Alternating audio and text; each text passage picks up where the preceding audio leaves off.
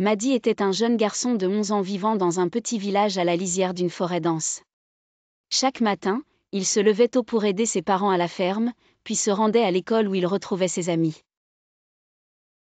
Mais son meilleur ami n'était pas un camarade de classe. C'était Bobo, un chien au pelage doré qu'il avait recueilli l'année précédente. Un jour, alors qu'il se promenait dans la forêt, Madi avait trouvé Bobo coincé dans un buisson, blessé et affamé.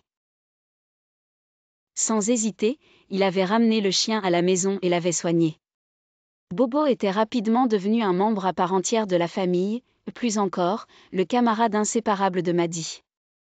Ils passaient presque tout leur temps libre ensemble.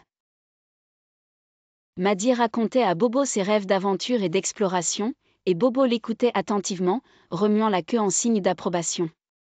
Chaque week-end, ils partaient explorer les recoins de la forêt.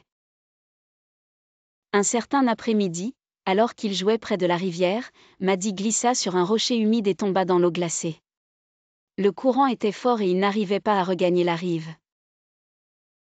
En un éclair, Bobo plongea dans l'eau, attrapa le col de la chemise de Madi avec ses dents et, à force de brasses puissantes, réussit à le ramener au bord. Essoufflé mais en sécurité, Madi enlace Bobo en pleurant de reconnaissance. Cet incident renforça encore le lien déjà profond entre eux. De retour au village, l'histoire du sauvetage héroïque de Bobo parvint aux oreilles de tous, et on les regardait désormais avec admiration. Les jours passaient, mais l'amitié entre Madi et Bobo demeurait inébranlable.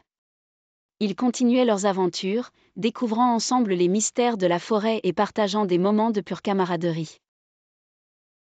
Madi grandissait, mais une chose restait inchangée, la loyauté et l'amour sincère de son fidèle Bobo.